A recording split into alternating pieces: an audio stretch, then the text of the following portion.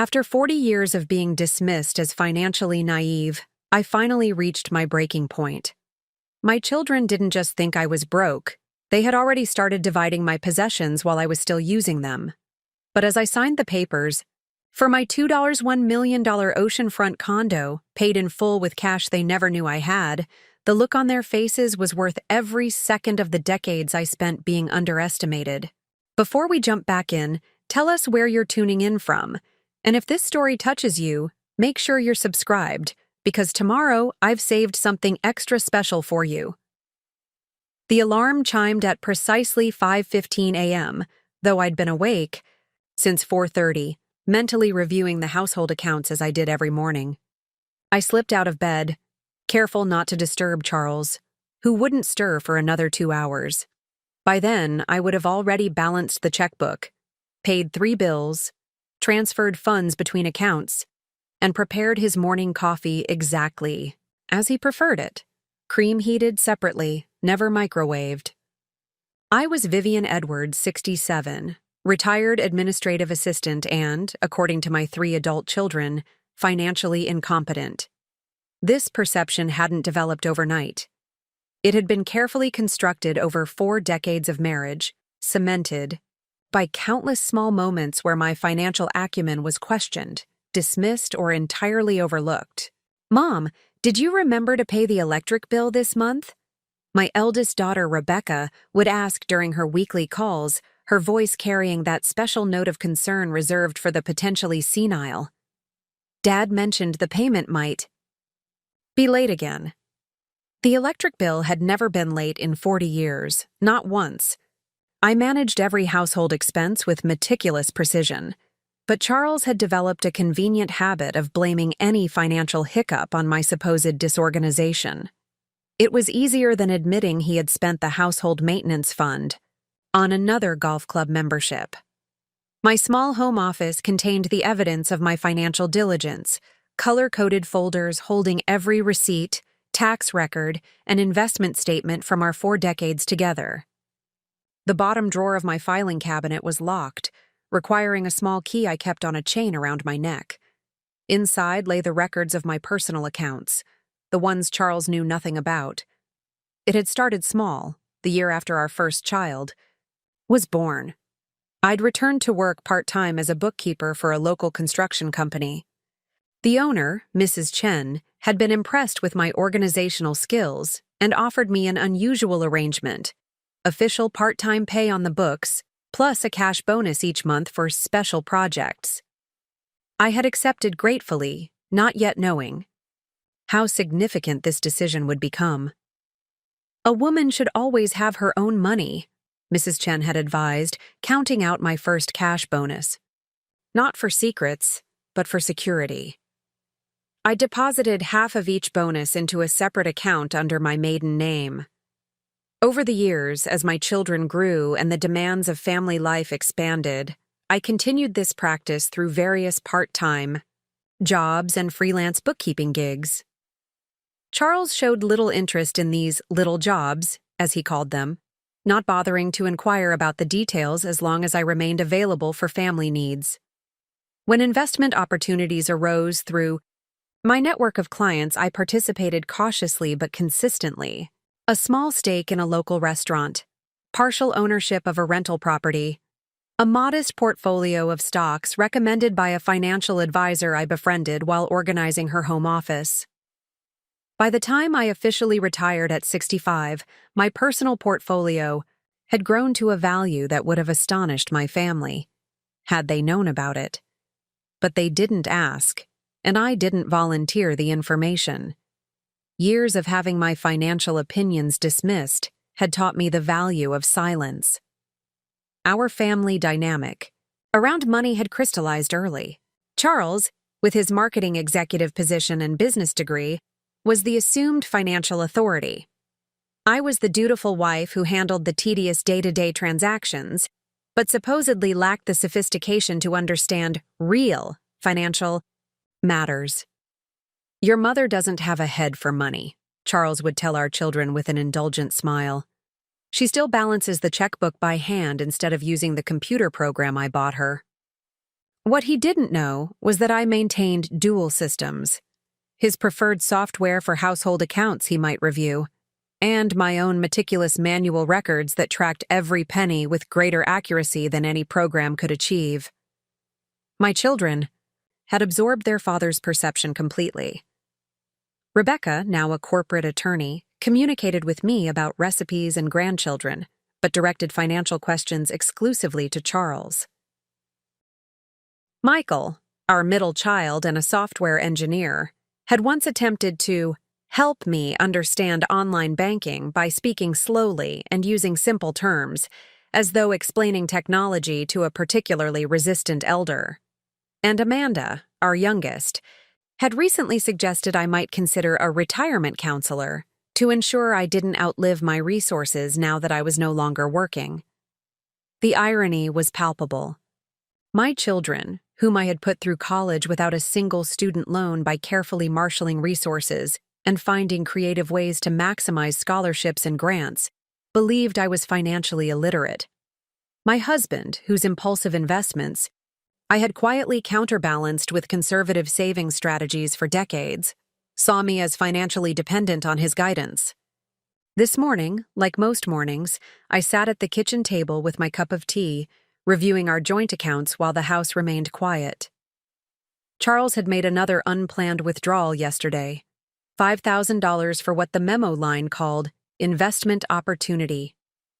I made a note to adjust the household budget accordingly, pulling from the emergency fund I maintained specifically for his financial surprises. My phone buzzed with a text message from Amanda. "Hi, Mom. Just checking if you remembered to submit your Medicare supplement forms? The deadline is today. Let me know if you need help." I had submitted the forms 2 weeks ago, along with an appeal for a billing discrepancy I had identified that saved us $200 annually. Instead of explaining this, I simply replied, "All taken care of, sweetheart. Looking forward to seeing you Sunday." The familiar weight of underestimation settled on my shoulders as I tucked my financial records back into their folder. In 2 hours, I would attend a private meeting with my financial advisor to finalize the largest single purchase of my life: an oceanfront condominium in the luxury building where my children had often pointed out units, commenting on how some people could afford such extravagances. For 40 years, I had maintained the fiction that my financial contributions to our family were minimal, just enough to cover occasional extras and small luxuries. In reality, my separate investments had outperformed Charles's retirement portfolio by nearly 3 times.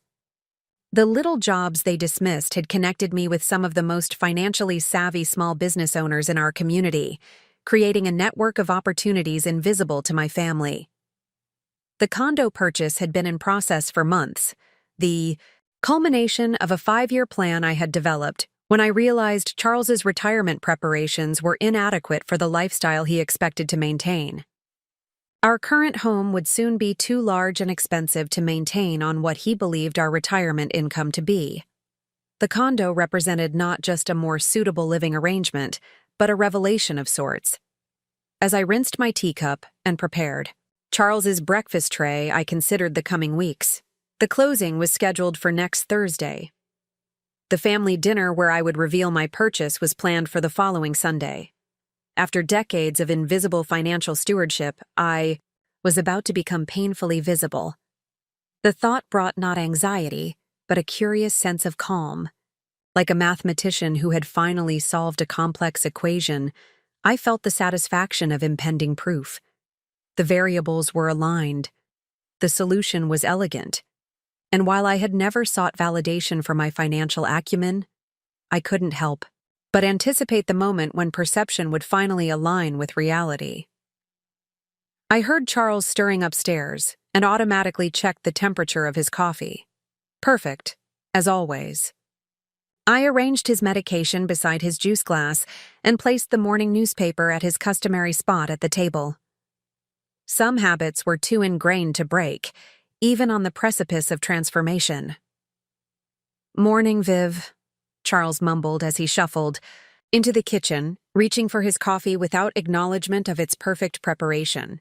Did you remember to transfer money for the property taxes? They're due next week. It's handled, I replied simply, suppressing a smile as I thought of the meeting scheduled in less than 2 hours. Everything's taken care of. For perhaps the first time in our marriage, that statement was about to become demonstrably, undeniably true, in ways none of them had ever imagined. The Richardson Financial Group occupied the top 3 floors of a gleaming downtown tower.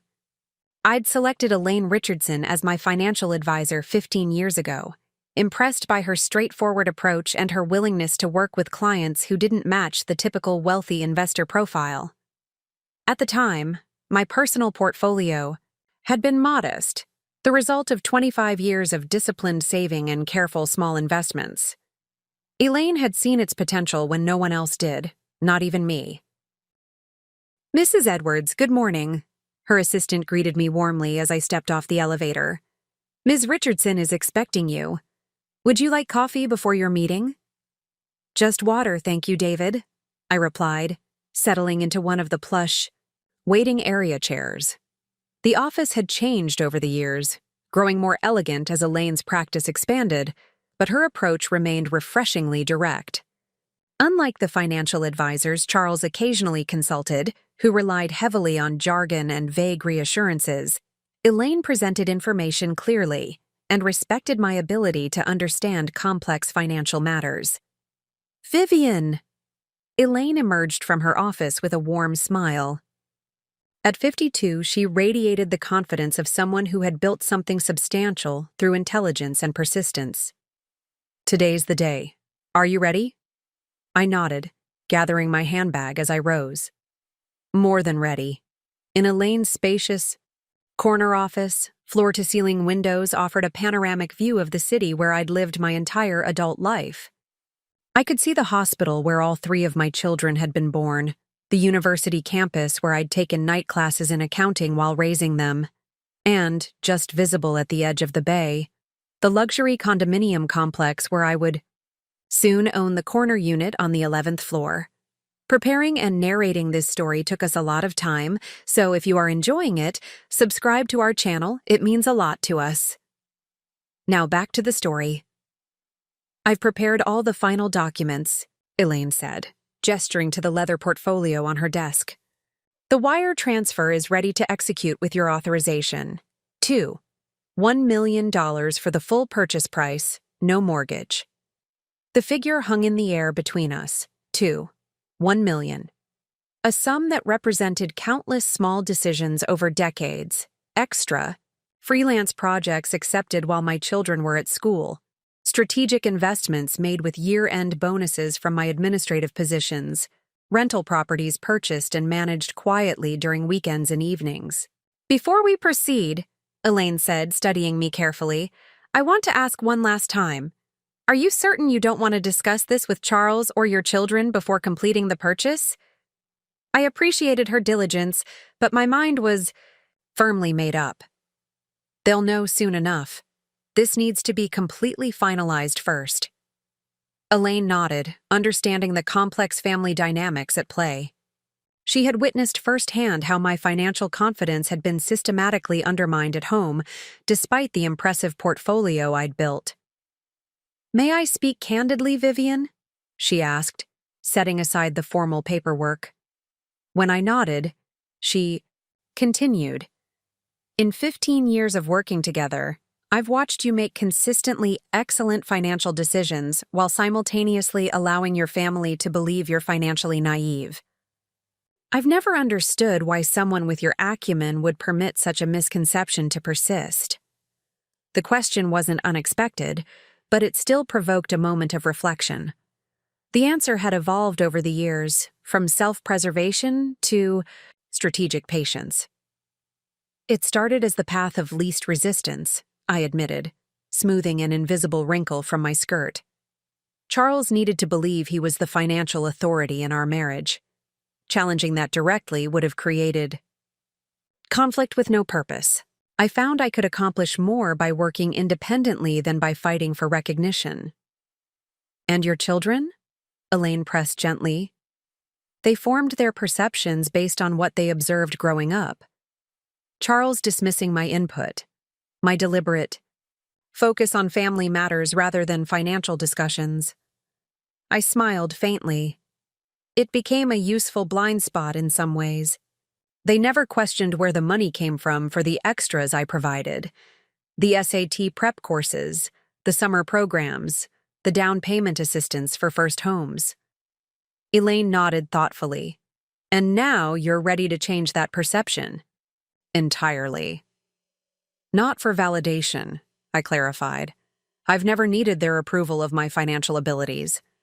But there are practical considerations now. Charles's retirement fund isn't what he believes it to be. Several of his investments have significantly underperformed. Without supplementation, we'd need to sell the house within 3 years and downsize dramatically. I gestured toward the window, toward the gleaming condominium tower in the distance. That unit is large enough for comfortable living, but small enough for manageable maintenance. The building has excellent security, which matters as we age.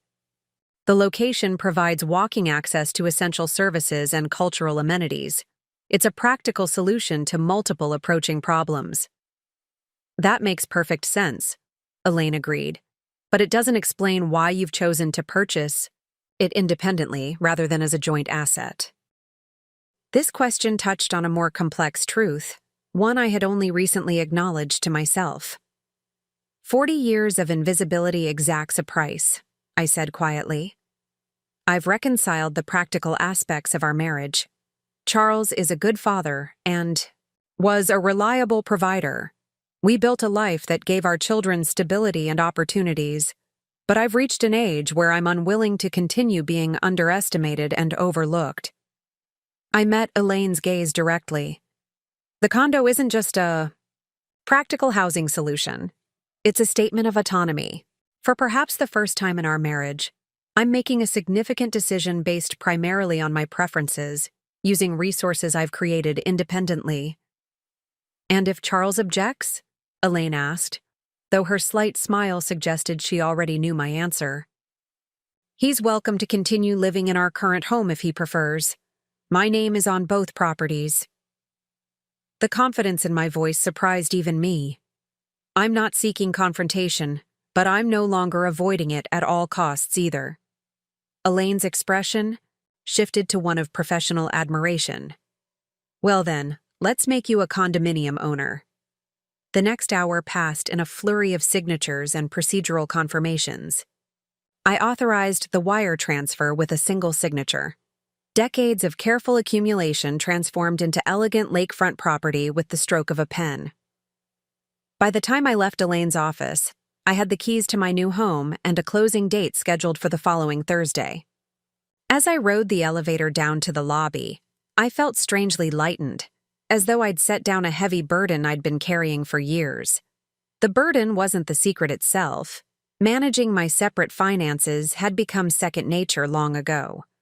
The weight had come from the constant cognitive dissonance of being someone different in private than I was allowed to be in my family's presence. My phone buzzed with a text from Rebecca. Dad says you went downtown this morning. Everything okay? Do you need me to go over any paperwork with you? The familiar assumption of my incompetence would have irritated me previously. Today, I found it almost amusing. In 6 days, Rebecca would stand in my new 2,400 square foot condominium with its unobstructed water views and custom Italian kitchen, struggling to reconcile the mother she thought she knew with the financial reality before her. Just running. Errands, I replied simply. See you Sunday for dinner. Outside the Richardson Financial Building, I paused on the sidewalk, considering my next steps. I had planned to return home immediately to prepare Charles's lunch, a habit so ingrained it felt almost compulsory. Instead, I turned toward the harbor and began walking in the direction of my new property. The 15-minute walk took me past the small accounting firm where I'd worked part-time during the children's high school years. The owner, Martin Green, had paid me a competitive hourly rate while allowing completely flexible scheduling around family obligations. More importantly, He had introduced me to several small business owners who became my first independent bookkeeping clients. Work I conducted in the early mornings before the family woke or late evenings after they'd gone to bed. Next, I passed the community college where I'd completed my accounting certificate over 4 consecutive spring semesters, attending night classes while telling Charles I was part of a neighborhood book club. He had never questioned this explanation, finding it suitably benign for a housewife's evening activity. These landmarks represented the invisible infrastructure of my financial independence, a parallel life conducted in the margins of my family's awareness. Each decision had been made not in opposition to my family, but alongside my commitment to them. I had never viewed financial autonomy as incompatible with family devotion. It was my family who had drawn that artificial distinction. As I approached the condominium building, I slowed my pace to appreciate its elegant limestone facade and the thoughtfully designed public plaza at its entrance. The doorman nodded politely as I passed, not yet recognizing me as a future resident. Soon, this would be home, a home I had selected, negotiated for, and purchased entirely on my own terms. I didn't go inside. That moment would come soon enough. Instead, I found a bench overlooking the harbor and sat down, taking a moment to absorb the magnitude of the transition ahead. After decades of accommodation and careful navigation around others' egos, I was about to step fully into a power I had always possessed, but rarely claimed publicly. The realization wasn't prideful, but clarifying, like finally adjusting a blurry lens to see the landscape in sharp detail. I had allowed myself to be misperceived not from weakness, but as a strategic choice that had served its purpose. That purpose had now been fulfilled. My children were established in their careers and lives. Charles and I had reached the natural transition point of retirement. The family narrative that had centered around his provider role had reached its conclusion. A new chapter was beginning. One where the financial acumen I had always possessed would finally become visible to those closest to me. Their reactions, whether shock, disbelief, or perhaps even betrayal, were beyond my control. What mattered was the truth finally emerging into the light after decades in shadow. I checked my watch, realizing I had been sitting for nearly an hour. Charles would be wondering about his lunch. For today, I would return to the familiar routine. But the countdown to revelation had begun, and with it, my emergence from financial invisibility into the full expression of capability and independence I had quietly built over 40 years. The Sunday family dinner had been a Morrison family tradition for as long as I could remember. When the children were young, it provided structure to our weekends. As they grew into adults with their own homes and responsibilities, it became the anchor that kept us connected. Every other Sunday. At 5 p.m., no exceptions barring serious illness or unavoidable travel. I had spent the morning preparing Charles's favorite pot roast, a labor-intensive process that required precise timing. The vegetables needed to be added at just the right moment to avoid becoming mushy. The gravy required constant attention to achieve the perfect consistency. And the timing had to accommodate Charles's insistence that dinner be served exactly at 5 not a minute earlier or later. As I chopped carrots with practiced efficiency, my mind kept returning to the closing documents tucked away in my study drawer. The condominium purchase had been finalized 3 days ago. I now officially owned a $1 million property that none of my family members knew existed. The weight of this reality pressed against my consciousness as I mechanically completed the dinner preparations. "Something smells good," Charles commented, wandering into the kitchen with the newspaper tucked under his arm. "The usual suspects coming today?" "Rebecca and Jim, Michael and Sophia, Amanda and the girls," I confirmed, sliding the roasting. "Pan into the oven. Everyone should be here by 4:30.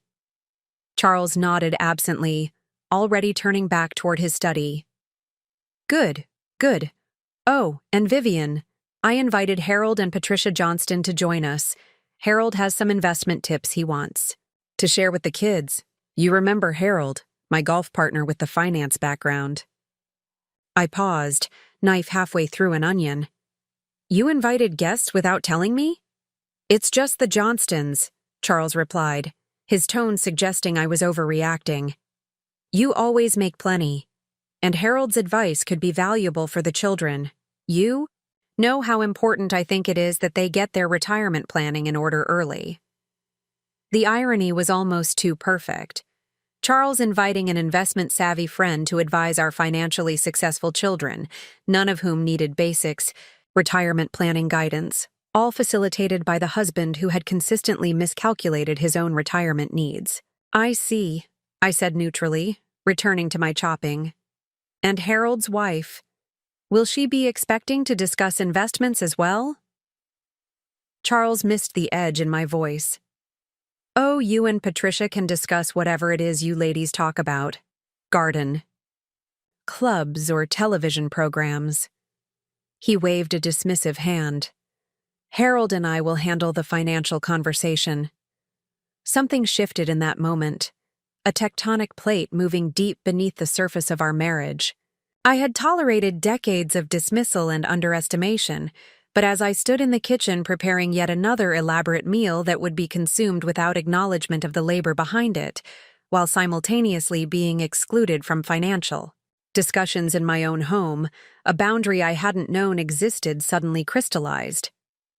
Actually, Charles, I said, setting down my knife with deliberate calm, I'd be quite interested in Harold's investment advice. Perhaps he could share his thoughts on current real estate market trends in the Harbor District.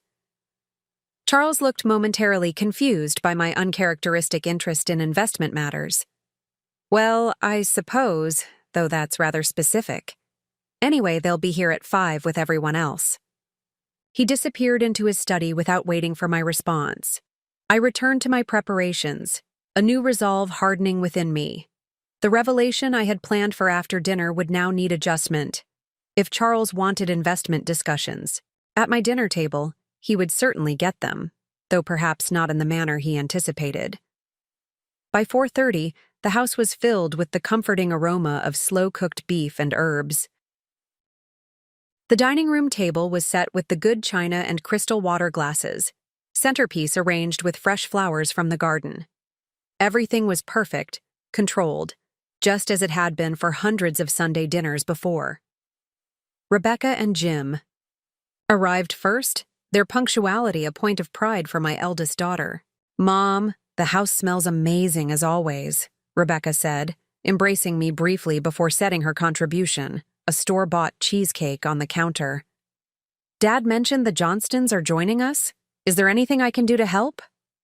Everything's under control, I assured her, accepting Jim's polite kiss on the cheek. How was the conference in Chicago? Productive. We signed 3 new clients. Rebecca moved efficiently around the kitchen, inspecting the dinner preparations with a lawyer's eye for detail. I meant to call you this week. Did you get that property tax issue sorted out? Dad mentioned you were confused about the new assessment. I met her gaze steadily. There was no confusion, Rebecca. I identified a calculation error in the assessment and filed for an adjustment. We received confirmation of the correction yesterday. Rebecca blinked, momentarily caught off guard by my directness. Oh, well, good then. Dad must have misunderstood. Dad often misunderstands financial matters, I said mildly, turning to check the roast. Michael and his wife Sophia arrived. Next, followed closely by Amanda and her 2 daughters, Emma and Lily, ages 8 and 6. The girls immediately ran to the cookie jar where they knew homemade snickerdoodles would be waiting. Another unacknowledged labor of love I had completed. Early that morning, Mom, I meant to ask, Michael said, helping himself to a glass of the pre-dinner wine I'd set out. Have you and Dad considered meeting with that retirement counselor I mentioned? Sophia's parents found them incredibly helpful for organizing their finances after retirement. Before I could respond, Charles emerged from his study. No need for that, son. I've got everything well in hand. In fact, Harold Johnston is joining us tonight to share some insights on maximizing retirement funds. You youngsters should listen carefully. He's managed some impressive returns this year. I caught the subtle exchange of glances between my children, the silent communication that suggested they were humoring their father while privately doubting his financial acumen. What they didn't realize was that their skepticism, while justified regarding Charles, had unfairly extended to include me by association. The doorbell announced the Johnstons' arrival. Harold entered with the confident bearing of a man accustomed to being the most financially knowledgeable person in any room. Patricia followed with a store-bought pie that matched Rebecca's cheesecake in its elegant bakery packaging. "Charles, Vivian, lovely to see you," Harold boomed, handing Charles a bottle of moderately priced Cabernet. "Something smells delicious." "All Vivian's doing," Charles said with the practiced graciousness of someone taking partial credit through proximity. "She's been cooking all day." "Oh, how wonderful," Patricia said, patting my arm condescendingly. "I gave up those marathon cooking sessions years ago. Life's too short, I always say. Our favorite delivery service handles most of our meals now." "Mom loves cooking," Amanda interjected loyally. "She's always prepared our family meals from scratch." "Well, some women find fulfillment in domesticity," Patricia replied with a thin smile. "I personally prefer to use my time for my investment club and charity board work." I smiled pleasantly while slicing the pot roast with precise movements. "How interesting, Patricia. Which charities are you involved with?" The pre-dinner conversation flowed around me as I completed the final dinner preparations, arranging the roast and vegetables on the serving platter with careful attention to presentation. Years of hosting had made the process automatic, allowing my mind to focus on the revelation to come while my hands worked independently. Once everyone was seated at the dining room table, Charles at one end and me at the other as always, he raised his wine glass. "Before we begin, I want to thank Vivian for another beautiful meal, and to welcome Harold and Patricia to our family tradition. Harold has graciously offered to share some financial wisdom with us today." Murmurs of appreciation circled the table as serving dishes were passed. Harold waited until everyone had filled their plates before launching into what was clearly a well-rehearsed monologue on investment strategies. "The key to retirement security," he pronounced between bites of my carefully prepared roast, "is diversification and proper risk management. Too many people, women especially, if I may say so, are too conservative with their investments. Fear-based financial decisions rarely optimize returns." Charles nodded sagely. "Exactly right, Harold. I've always told Vivian she worries too much about market fluctuations. A temporary dip is just an opportunity to buy, I always say." Harold smiled condescendingly in my direction. "Ladies often prefer the security of fixed investments, even at the cost of growth potential. It's perfectly natural, the maternal instinct to protect rather than grow resources." Rebecca shifted uncomfortably. "That seems like a rather broad generalization, Mr. Johnston." "Call me Harold, please. And I speak from experience, my dear. 30 years in wealth management teaches you certain patterns. Your mother, for instance?" He gestured toward me with his fork. "I'm sure prefers safe, predictable investments like certificates of deposit. Am I right, Vivian?" The table's attention turned to me. In previous years, I might have offered a non-committal smile or deferred to Charles. Today, I set down my fork deliberately and met Harold's gaze. "Actually, Harold, I've found that broad generalizations about gender and investment psychology rarely hold up to scrutiny. My personal portfolio includes a carefully calibrated mix of growth stocks, income-generating properties, and yes, some more conservative fixed income investments as stabilizers." A brief silence fell over the table. Charles laughed nervously. "Vivian's been reading my investment newsletters again. She picks up the terminology but doesn't quite grasp the concepts." "On the contrary," I continued calmly, I understand the concepts quite well. For example, I'd be interested in your thoughts on the current valuation of harborfront properties, Harold. I've observed significant appreciation in that sector over the past 5 years. Harold blinked, clearly caught off guard by my specific question. Well, yes, waterfront real estate has generally performed well, though it's not without risks. Maintenance, costs, insurance premiums in flood zones, that sort of thing. Indeed, I agreed. However, when the location offers both appreciation potential and quality of life benefits, those considerations can be balanced against projected returns. Wouldn't you agree? A furrow appeared between Charles's brows. Vivian, perhaps we should let Harold continue his general overview rather than diverting into specific markets. Actually, Michael interjected, I'm interested in Mom's question. Sophia and I have been considering investment properties ourselves. Harold cleared his throat. As I was saying, proper diversification is key.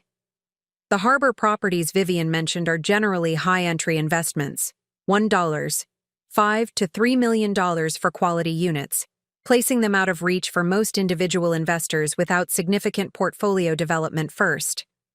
I smiled. Yes, the Bayfront Tower condominiums, for instance, are currently valued around $1 million for premium units. The association fees are notable but justified by the amenities and security features, particularly for residents in retirement. Charles set down his wine glass with a slight clatter. Vivian, how would you know the specific pricing of luxury condominiums? The moment had arrived sooner than I'd planned, catalyzed by Harold's condescension and Charles's dismissal. I could feel the weight of everyone's gaze as I carefully wiped my mouth with my napkin, took a deliberate sip of water, and prepared to shift the foundation beneath my family's perception forever. I know, Charles, I said quietly but clearly, because I purchased Unit 1103 in the Bayfront Tower on Thursday. The corner unit with the wraparound terrace and unobstructed water views. I signed the final papers and received the keys 3 days ago. The silence that descended upon the dining room was absolute. The gentle clink of silverware ceased. Conversations halted mid-sentence. Even the grandfather clock in the hallway seemed to pause its perpetual ticking as my words settled over the table like an invisible fog. Charles recovered first, his expression transitioning from confusion to disbelief to something approaching anger. That's absurd, Vivian. You can't possibly have purchased a multi-million-dollar property. Where would you get that kind of money? I maintained my composure, my voice remaining steady. From my personal investment portfolio, which I've maintained and grown separately throughout our marriage. Harold Johnston shifted uncomfortably in his chair, his earlier condescension evaporating as he reassessed the woman sitting across from him. Patricia's mouth had formed a perfect O of surprise, her fork suspended halfway to her lips. Personal. Portfolio? Charles repeated, his voice rising slightly. What personal portfolio? We have joint accounts in my retirement funds. There is no separate portfolio. There is, and there has been for nearly 40 years, I corrected him gently. I've managed it independently since shortly after Rebecca was born. Rebecca set down her wine glass with deliberate care. Mom, are you saying you secretly bought a $2 million condo without telling any of us? Without consulting Dad? It wasn't a secret, Rebecca. It was private. There's a difference. And yes, I made the purchase independently, using funds I've personally accumulated through investments and income from my work over the decades.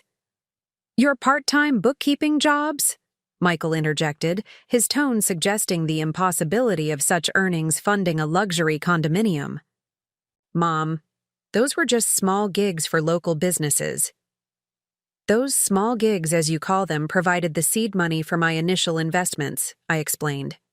Over time, I developed a diverse portfolio including rental properties, equity stakes, in several local businesses and traditional market investments.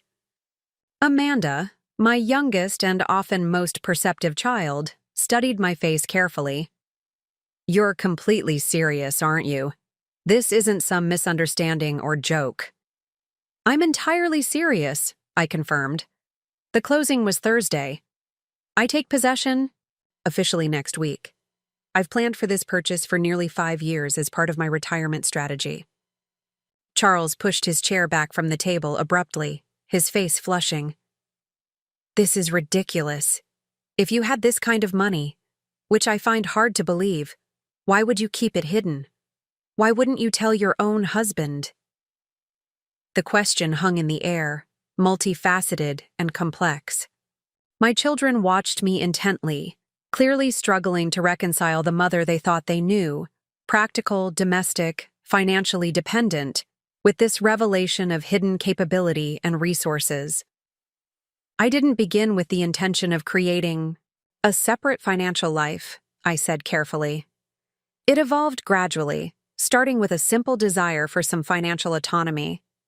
As my small successes accumulated, I discovered I had a talent for financial management that wasn't being acknowledged or utilized in our family structure.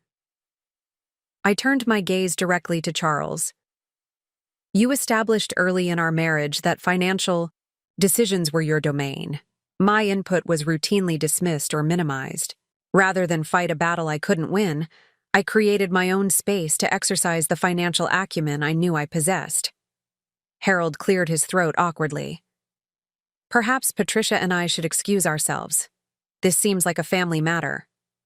No need, Harold, I replied calmly. You were invited here specifically to provide financial wisdom to my children.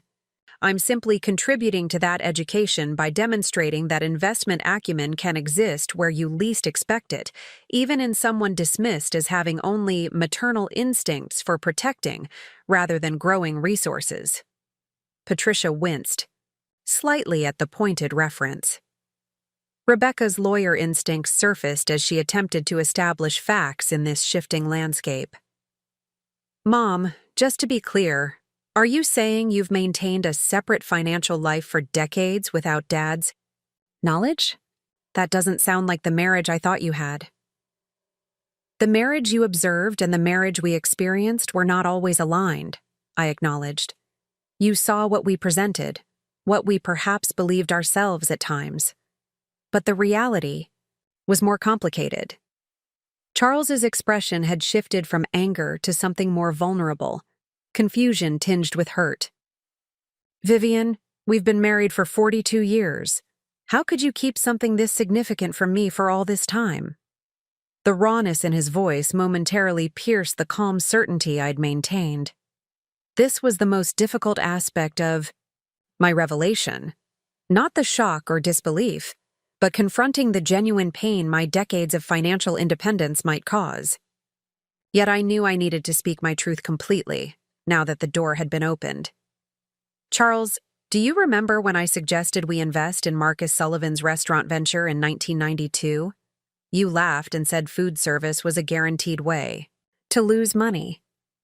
He frowned, clearly not recalling the conversation. That restaurant has expanded to 5 locations and generates consistent returns for its investors, including me. I invested separately after you dismissed the opportunity. I paused, letting this sink in. When I recommended we purchase a rental property near the university in 2001, you said managing tenants was too much hassle. That property has tripled in value while generating steady rental income, for me, because I purchased it independently. Charles's face registered dawning comprehension. You've been making investment decisions against my explicit guidance? Behind my back? Not against your guidance, Charles. Beyond it. And not behind your back, but beside it. I never contradicted your financial decisions for our joint assets. I simply created a parallel track with resources you never bothered to inquire about. Michael shook his head slowly. I still don't understand how this was possible. We all lived together. How could Dad not know about rental properties and business investments? Your father never asked, I said simply. He assumed my occasional absences were for coffee with friends or volunteer work. He never questioned where the extra money came from when college expenses exceeded our budget, or when special opportunities arose for you children. As long as his lifestyle wasn't affected, the details didn't interest him. Sophia, Michael's wife, who had remained silent until now, leaned forward slightly. "Vivian, I hope you don't mind my asking, but why reveal this now? Why purchase such a visible asset that would inevitably expose your financial independence?" It was an insightful question that cut to the heart of my decision. I smiled at her appreciatively. "Two reasons, Sophia. First, practicality. Charles's retirement fund isn't sufficient to maintain our current lifestyle indefinitely. The house is too large for two aging people to manage, and its maintenance costs will only increase. The condominium represents a more sustainable living arrangement with better amenities for our stage of life." I turned to face my husband directly. "And second, I've reached a point in my life where I'm no longer willing to be underestimated or overlooked. I've spent decades accommodating a family narrative that classified me as financially naive or dependent. That narrative was never accurate, and I'm finally correcting it." Amanda's daughters, who had been remarkably quiet during this adult conversation, suddenly provided an unexpected perspective. "Like Hannah Montana," 8-year-old Emma declared confidently. The tension in the room broke slightly as several adults couldn't suppress smiles at the comparison. "What do you mean, sweetheart?" Amanda asked her daughter. "Grandma had a secret identity," Emma explained with the clarity of childhood. "Everyone thought she was just regular grandma who makes cookies and stuff, but she was also a financial superhero the whole time." 6-year-old Lily nodded in solemn agreement. "That's super cool, Grandma." Their innocent assessment of my situation, free from the complex adult emotions of betrayal or deception, offered a refreshingly uncomplicated perspective. In their eyes, my financial independence wasn't a threat or betrayal, but an achievement, worthy of admiration. Charles stood abruptly. "I need some air." He walked out to the back patio without another word, the glass door closing firmly behind him. Rebecca sighed deeply. "Mom, you've clearly planned this carefully, but did you consider how this revelation would affect Dad? His pride, his self-image as the family provider?" "I considered it extensively," I acknowledged. "But I also considered the alternative, continuing. To live according to financial limitations that don't actually exist, perpetuating a fiction about who I am and what I'm capable of, and entering the final phase of our lives with fundamental dishonesty between us." "So what happens now?" Michael asked, glancing toward the patio where Charles stood with his back to the dining room. "That depends partly on your father," I replied. "The condominium has 2 bedrooms. It's large enough for both of us if he chooses to join me there. If he prefers to remain in this house, he's welcome to do so. My name is on both properties." Harold Johnston, who had been unusually quiet, finally spoke. "Vivian, I hope you'll forgive my earlier presumptions. It seems I made some significant misassessments." "There's nothing to forgive, Harold. You responded to the person you believed me to be, the person I've allowed myself to be presented as for many years." I smiled slightly. "Consider it a lesson in avoiding investment assumptions based on superficial assessments." As I looked around the table at my children's confused faces, I felt a curious mixture of liberation and sadness. The path forward wouldn't be simple or painless. Decades of established family dynamics don't transform overnight without discomfort. But beneath the initial shock and confusion, I recognized something else in their expressions. A dawning reassessment, the beginning, of seeing their mother as a complete person rather than a simplified role. "I want to be clear about something," I said, addressing my children directly. "My financial independence doesn't diminish my love for any of you or my commitment to our family. Every decision I've made, including the separate management of my finances, was intended to strengthen our collective security, not undermine it." Outside on the patio, Charles continued to stand motionless, his silhouette rigid against the evening sky. The conversation around the table had quieted to murmurs as everyone processed the seismic shift in their understanding of family dynamics. For 40 years, I had lived in the shadow of underestimation. Now, stepping into the light of full recognition carried its own challenges, the brightness almost uncomfortable after so long in the dimness of misconception. But as I looked at my grandchildren's admiring faces, I knew with certainty that, regardless of the temporary disruption, this revelation was the right choice. Not just for me, but for the legacy of truth and female empowerment I wanted to leave for the generations that would follow. The evening after the revelatory dinner, I stood alone in Unit 1103 of the Bayfront Tower, watching the sunset paint the harbor waters in shades of amber and gold. The empty rooms echoed with possibility rather than loneliness. I had brought nothing with me except the keys and a small overnight bag containing essentials, a symbolic fresh start in this space that represented not just a new home, but a new chapter. The condominium was exactly as I had envisioned when I first toured. It's 6 months ago. Floor-to-ceiling windows showcased the panoramic water views from the open-concept living area. The kitchen featured sleek Italian cabinetry and professional-grade appliances that would make holiday meal preparation a joy rather than a logistical challenge. The master bedroom offered a private balcony where I had already imagined myself, enjoying morning coffee while watching boats navigate the harbor. My phone had remained silent since I left the house an hour after dinner concluded. Charles had eventually returned from the patio, his expression closed and distant, and retreated to his study without further discussion. The children had departed with awkward hugs and promises to call soon, their eyes still reflecting confusion and uncertainty. Only my grandchildren had seemed unchanged, Emma extracting a promise that they could swim in the building's rooftop pool when they visited. Now, in the stillness of my new space, I allowed myself to fully experience the emotions I had carefully controlled throughout the evening's confrontation.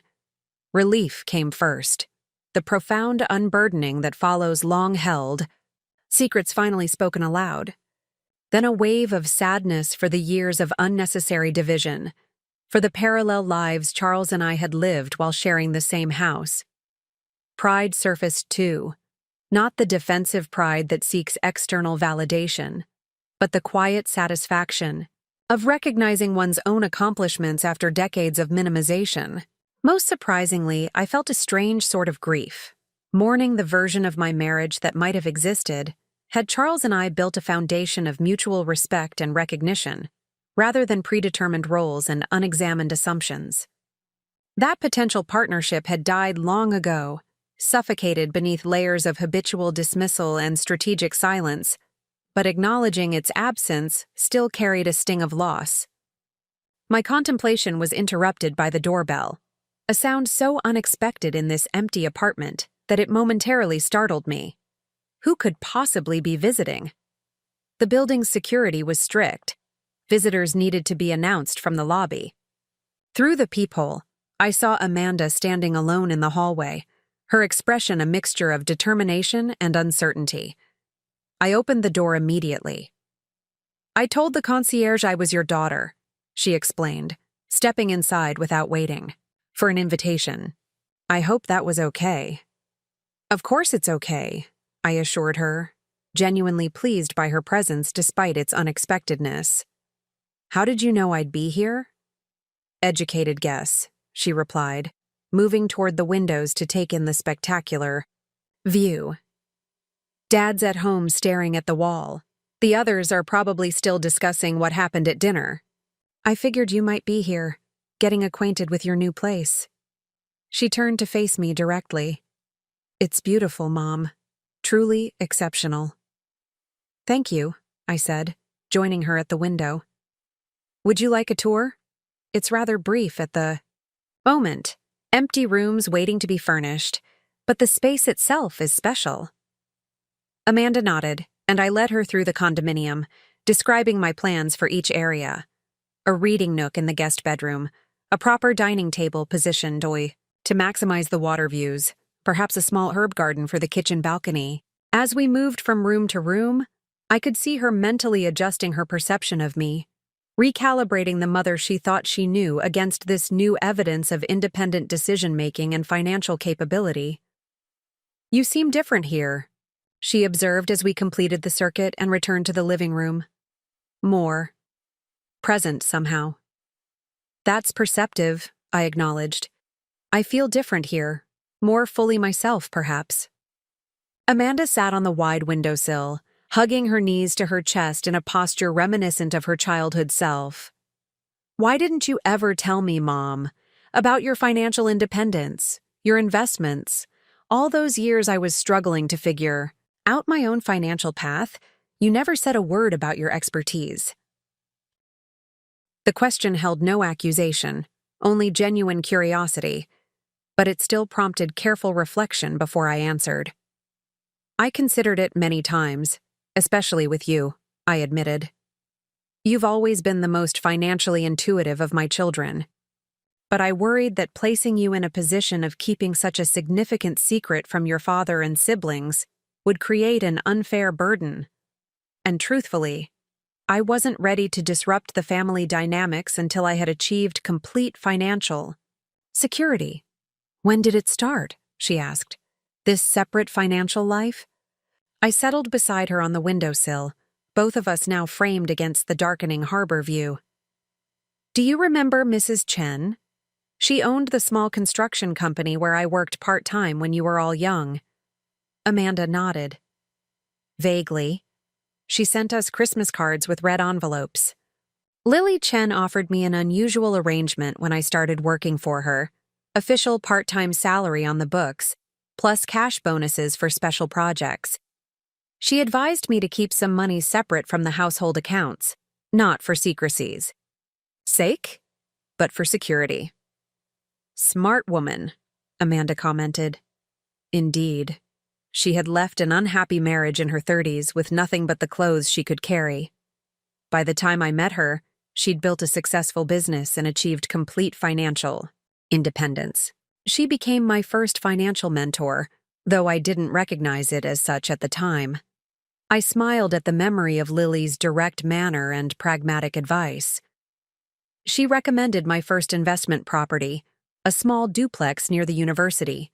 That seemed terribly expensive at the time, but has appreciated remarkably over the decades. "And Dad never questioned where the money came from for these investments?" "Your father had a convenient blind spot when it came to household finances," I explained.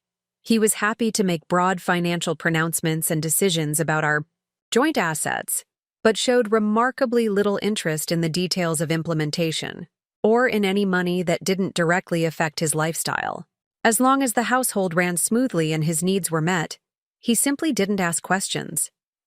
Amanda was silent for a moment, processing this perspective on her father. "It's hard to imagine living with someone for decades while maintaining such a significant separate aspect of your life. Weren't you ever tempted to just put everything on the table, to force him to acknowledge your capabilities?" "Many times," I admitted. "Particularly when he made dismissive comments about my financial understanding in front of you children. But each time I considered confrontation, I weighed the likely outcomes against my long-term goals. The probability of meaningful change, in your father's perspective, seemed low, while the disruption to our family stability would have been significant." "So instead, you played the long game," Amanda concluded, a new note of admiration in her voice. "I suppose that's an accurate description. I focused on building financial security that would eventually speak for itself, rather than engaging in battles I was unlikely to win through direct confrontation." Amanda gazed thoughtfully at the lights emerging across the harbor as evening settled over the city. "Growing up, I always thought Dad was the strategic thinker in the family. Turns out I was watching the wrong parent." The observation warmed me unexpectedly. My children's perception had always mattered more than I cared to admit, even to myself. "What happens now?" Amanda asked, echoing Michael's question from dinner. "With you and Dad, I mean." "That's largely up to your father," I replied. extended an invitation for him to join me here if he chooses. This space was selected with both of us in mind, despite the independent nature of its purchase. And if he refuses? Then I'll respect his decision while maintaining my own. The practical reality is that his retirement fund won't sustain our current home indefinitely. That financial pressure will eventually necessitate change, regardless of emotional considerations. Amanda studied me with new eyes. You've really thought all this through, haven't you? Not just the financial aspects, but the human elements too. I've had decades to consider it from every angle, I acknowledged. This wasn't an impulsive decision, Amanda.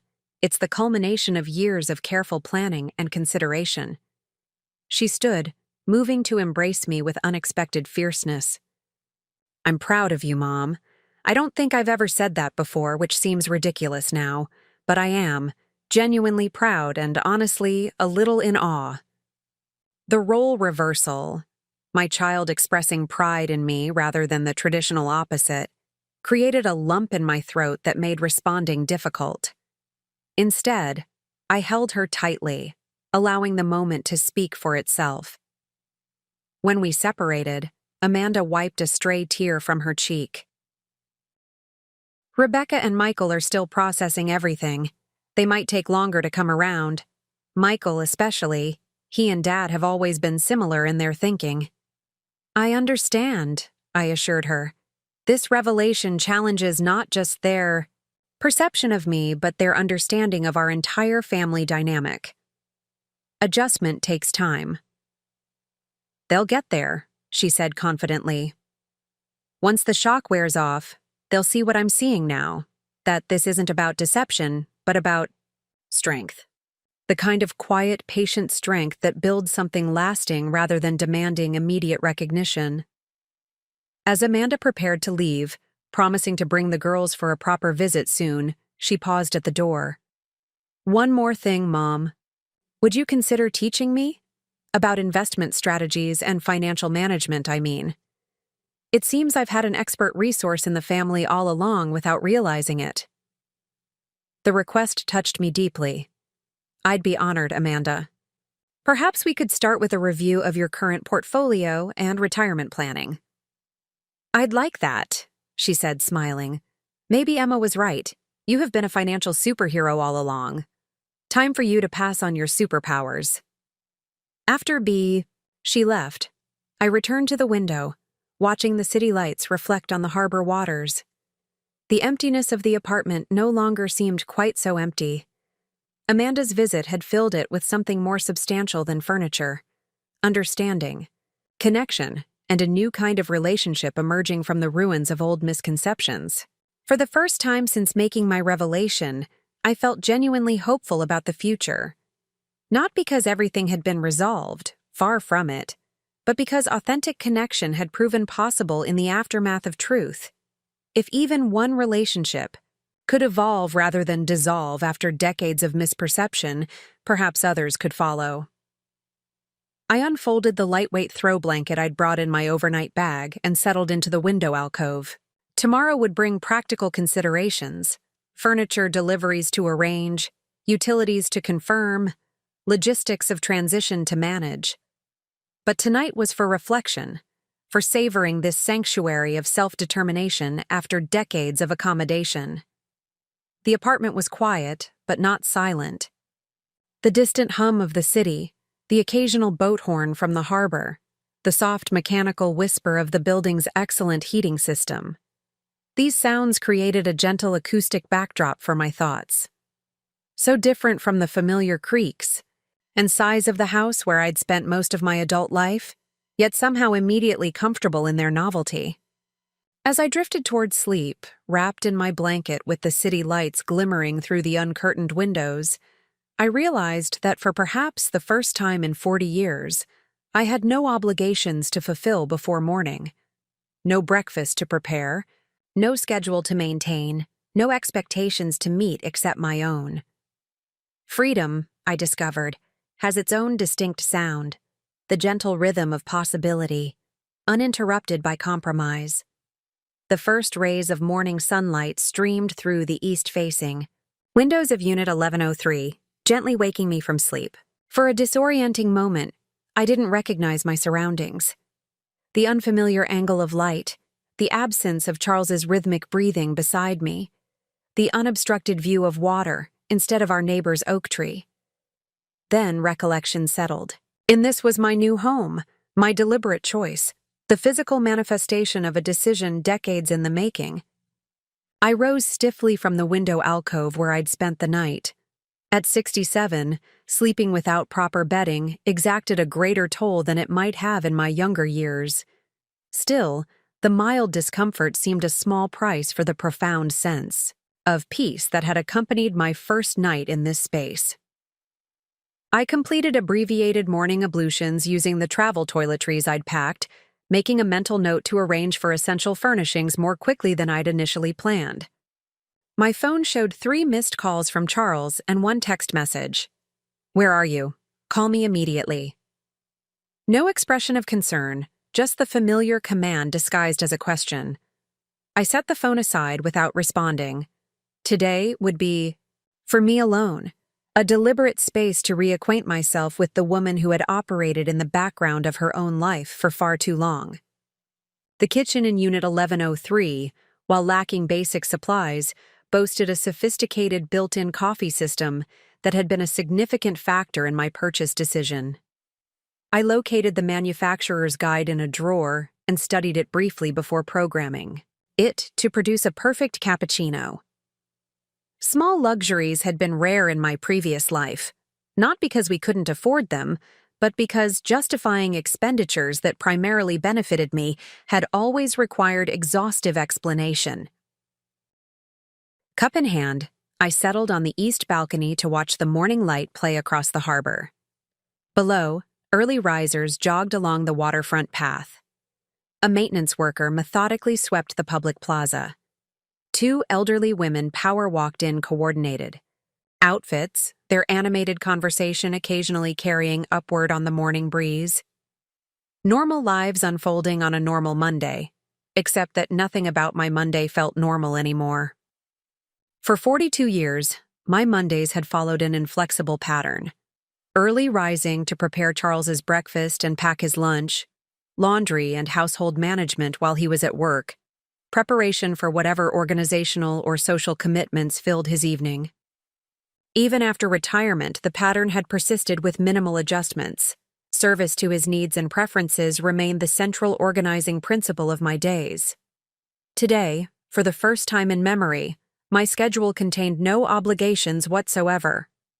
The sensation was both exhilarating and mildly terrifying. A vast, uncharted territory of possibilities stretching before me like the harbor view, beautiful but momentarily overwhelming in its boundlessness. What did Vivian Edwards, independent of external expectations, actually want from her day? The question felt almost revolutionary. I savored it alongside my cappuccino, allowing myself to explore preferences long subordinated to practicality and accommodation. By the time I finished my coffee, I had made several decisions. I would visit a home furnishings store to select essentials for immediate comfort. I would meet with the building manager to complete necessary paperwork. And, most importantly, I would schedule a full review session with Elaine Richardson to assess my current financial position and plan next steps. As I prepared to leave, my phone rang again. Rebecca this time, not Charles. I hesitated before answering, uncertain whether I was prepared for another emotional conversation so soon after yesterday's revelation. "Mom?" Rebecca's voice carried an unfamiliar note of uncertainty. "Are you okay? Dad said you didn't come home last night." "I'm perfectly fine," I assured her. "I stayed at the condominium. It's quite comfortable, even without furniture." A pause. "So you're really doing this? Moving out?" "I've purchased the condominium, Rebecca. Living in it seems the logical next step." I kept my tone gentle but firm. "Your father is welcome to join me here whenever he's ready. This was never about separation, but about establishing truth." Another pause, longer this time. "Michael and I talked for hours last night. We're trying to understand, Mom. It's just difficult to reconcile the mother we've known all our lives with someone who secretly accumulated millions in assets. I understand that, I acknowledged. But consider this perspective. I'm not a different person today than I was last week. I'm simply more fully known to you now. The capabilities I've demonstrated were always present, just not visible to you. I suppose that's true, she conceded. Where are you now? Can we meet somewhere?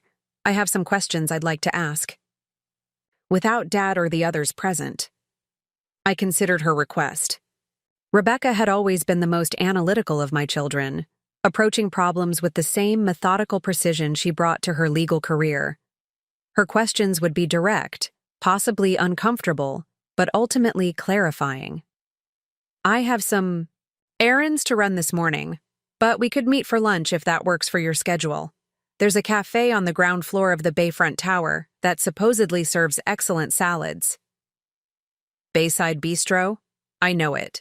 The firm uses them for catering sometimes. Noon? Noon is perfect, I confirmed. I look forward to seeing you. The next few hours passed in productive activity. I visited Hansen's Home Furnishings, a high-end store I'd admired for years but rarely entered due to Charles's insistence that our existing furniture was perfectly adequate. Today, I selected and arranged expedited delivery for a complete bedroom set, a comfortable sofa, and essential kitchen items. The sales associate, initially skeptical of my ability to make such substantial purchases, became notably more attentive after I provided payment information for my personal credit card, the one with no spending limit that Charles had never known existed. Next came a meeting with Mr. Delaney, the Bayfront Tower's building manager, who provided a resident information packet and electronic access credentials. He offered a comprehensive tour of the building's amenities, the rooftop pool and fitness center, the resident lounge with its spectacular harbor views, the wine storage facility available to owners, all delivered with the deference reserved for those who had demonstrated significant financial capability. By 11:30, I had returned to Unit 1103 to refresh myself before meeting Rebecca. As I applied a light layer of makeup, another small act of self-care typically rushed through in my previous life, I studied my reflection with new awareness. The face looking back at me hadn't physically changed overnight, but something in the eyes had shifted, a directness, a clarity that had previously been muted beneath layers of accommodation and restraint. Bayside Bistro occupied a prime corner location on the Bayfront Tower's ground floor, its glass walls offering panoramic views of the harbor promenade. I arrived precisely at noon to find Rebecca already seated at a table near the window, a glass of sparkling water and a basket of artisanal bread before her. She rose to greet me with a quick, slightly awkward embrace before we both settled into our chairs. "This is quite the location, Mom," she commented, glancing around the elegant space. "I've only been here for business lunches before. Their roasted vegetable salad is exceptional." "I'll try that then," I replied, appreciating her attempt at normal conversation despite the extraordinary circumstances. "Thank you for the recommendation." After placing our orders, Rebecca folded her hands on the table, a gesture I recognized as her preparation for difficult conversations. "I spoke with Dad this morning. He's struggling with everything that's happened." "I imagine he is," I acknowledged. 42 years of established patterns don't transform easily. "He said you've been lying to him for decades." Her tone remained carefully neutral, lawyer-like in its presentation of evidence without immediate judgment. "That's his interpretation," I replied evenly. "I would characterize it differently. I maintained financial privacy in response to persistent dismissal of my input and capabilities. I never deceived your father about our joint finances or interfered with his management of shared assets. I simply developed separate resources that he showed no interest in acknowledging." Rebecca considered this perspective, her analytical mind visibly processing the distinction. Dad mentioned specific occasions when he believes you actively misled him about financial matters. The beach house rental in 2008, for instance. He says you claimed we couldn't afford it when apparently you could have funded it personally. I smiled faintly at the memory. The beach house represented poor value, overpriced for the location and amenities. I suggested alternatives that offered better return on investment, which your father dismissed as penny pinching. Sir, rather than argue, I accepted his characterization while redirecting toward more sensible options. We ended up at Pine Lake Lodge instead, which everyone enjoyed thoroughly at half the cost. So it wasn't about affordability, but principle, Rebecca clarified. Precisely. I've never believed in overpaying for anything, regardless of available resources. That's partly how I built my portfolio, recognizing true value versus perceived status.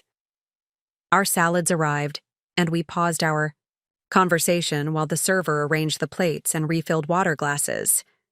Once we were alone again, Rebecca returned to her line of inquiry. Amanda mentioned you offered to teach her about financial management, that you're somewhat of an expert.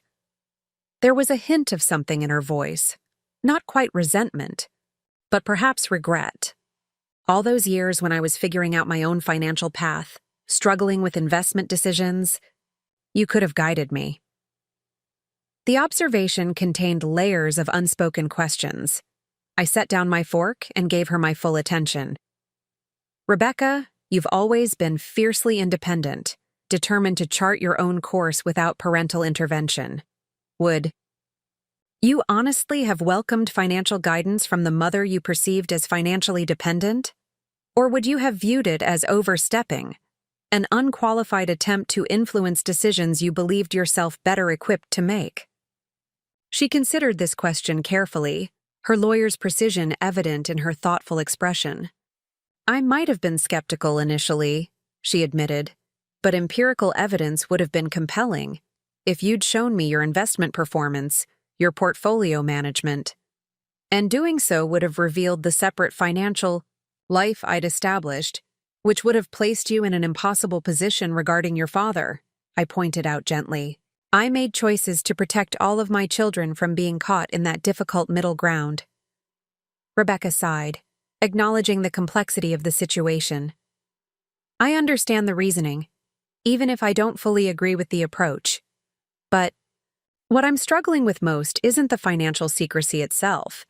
It's what it suggests about your marriage, about the family dynamic we all thought we understood.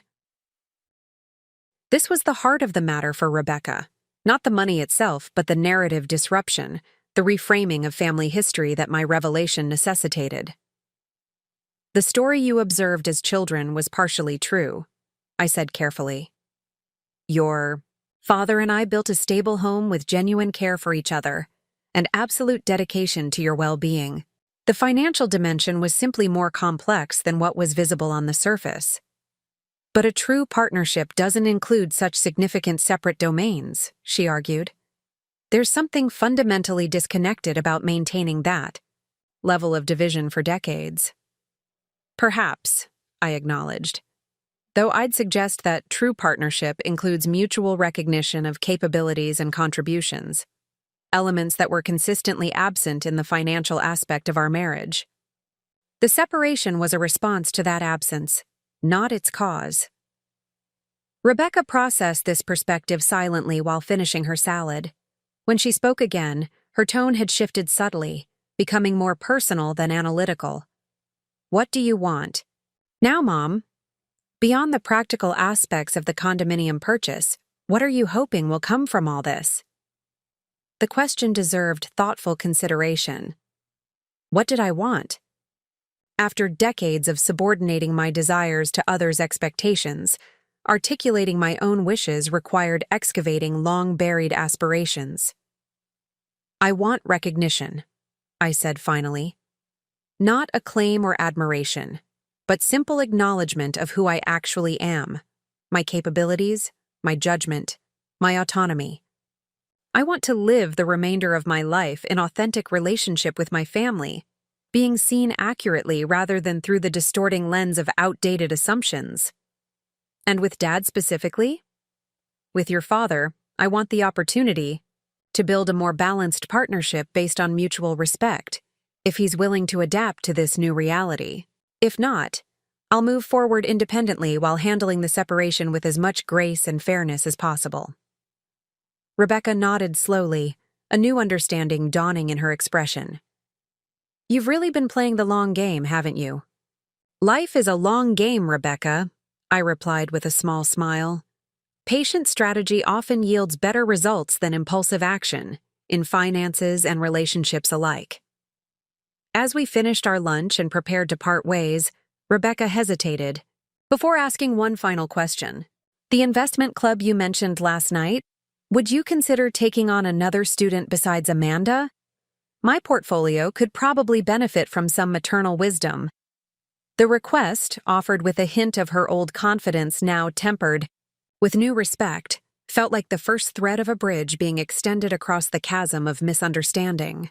In that moment, I recognized that my revelation had created not just disruption, but opportunity. The possibility of connections based on truth rather than comfortable illusions. I'd be delighted, I told her, feeling the warmth of genuine connection. Though I should warn you, I'm a fairly demanding teacher when it comes to financial discipline. Rebecca's answering smile held a glimmer of the little girl who had once followed me everywhere, wanting to understand how everything worked. I'd expect nothing less, Mom. Apparently, I come from a long line of financial strategists. I just didn't know it until yesterday.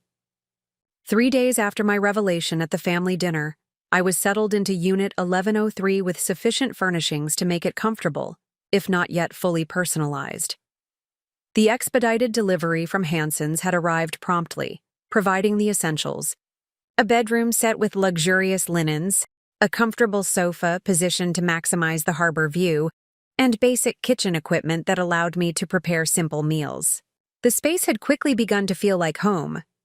My home, designed according to my preferences without compromise or justification. My phone rang just after 9 in the morning as I was reviewing design options for the guest bedroom. Charles's name appeared on the screen, triggering a momentary hesitation before I answered. Vivian, we need to talk. His voice carried the strained formality he typically adopted when feeling threatened or outmaneuvered. In person, not over the phone. This situation is untenable. I agree that an in-person conversation would be beneficial, I replied calmly. Would you like to come to the condominium? I could give you a tour while we talk. His derisive snort carried clearly through the connection. I'm not interested in touring your secret purchase, Vivian. I need you to come home so we can discuss how to move forward sensibly. This impulsive decision... It wasn't impulsive, Charles, I interrupted gently. The condominium purchase was carefully planned over several years. As for coming home, I consider this my home now, though you're welcome to join me here when you're ready. A long silence followed, punctuated by his audible breathing. Finally, he spoke again, his tone shifting from commanding to something approximating conciliatory. Fine. I'll come to the condominium, but only to discuss practical matters. Text. Me the address and unit number. After sending him the information and arranging a meeting time for that afternoon, I returned to my design considerations with a mixture of anticipation and apprehension. Charles and I had navigated 4 decades of marriage through a carefully balanced system of accommodations and avoidances. Direct confrontation had rarely featured in our relational pattern. Today would represent new territory for both of us. At precisely 2 o'clock, the concierge called to announce Charles's arrival. When he stepped off the elevator minutes later, I was struck by subtle changes in his appearance. His posture less commanding, his expression uncertain in a way I rarely witnessed. For a man whose self-image was built largely on confidence and authority, the past few days had clearly been destabilizing. This is quite a building, he remarked, following me into the condominium without the customary greeting. His eyes scanned the space, taking in the panoramic views and high-end finishes with poorly concealed surprise. Must have cost a fortune. The price was fair for the location and amenities, I replied neutrally. Would you like some coffee? The machine makes an excellent espresso. Charles shook his head, remaining standing even as I gestured toward the sofa. Vivian, we need to address the situation directly. You've made a unilateral decision that affects our marriage, our finances, and our family. You've kept significant assets hidden for decades. These actions require explanation and resolution. I met his gaze steadily. You're right that my revelation has implications for our marriage and family, though I'd suggest it represents clarification rather than change. As for explanation, I believe I provided that at dinner. My financial independence developed in response to persistent dismissal of my financial input and capabilities. That's revisionist history, he objected, pacing now with agitated energy. I've always provided well for our family. We've had joint accounts, made decisions together. About matters you deemed appropriate for joint consideration, I interjected calmly. Financial decisions were presented as collaborative but implemented according to your judgment, regardless of my input. Do you recall the Dixon Street property I suggested purchasing in 1998? Charles frowned, clearly not remembering. It was a small commercial building available at below market value due to the owner's divorce settlement. I recommended we invest jointly. You dismissed the opportunity as too risky without meaningful consideration. I purchased it independently with my separate funds. That property has generated consistent rental income for 27 years and has tripled in value. That's one isolated example. It's one of dozens I could cite, I corrected gently. The pattern was consistent throughout our marriage. My financial insights were systematically dismissed, creating the clear understanding that meaningful financial participation wasn't available to me within our marriage. I adapted accordingly. Charles's expression darkened. So you admit to deliberate deception.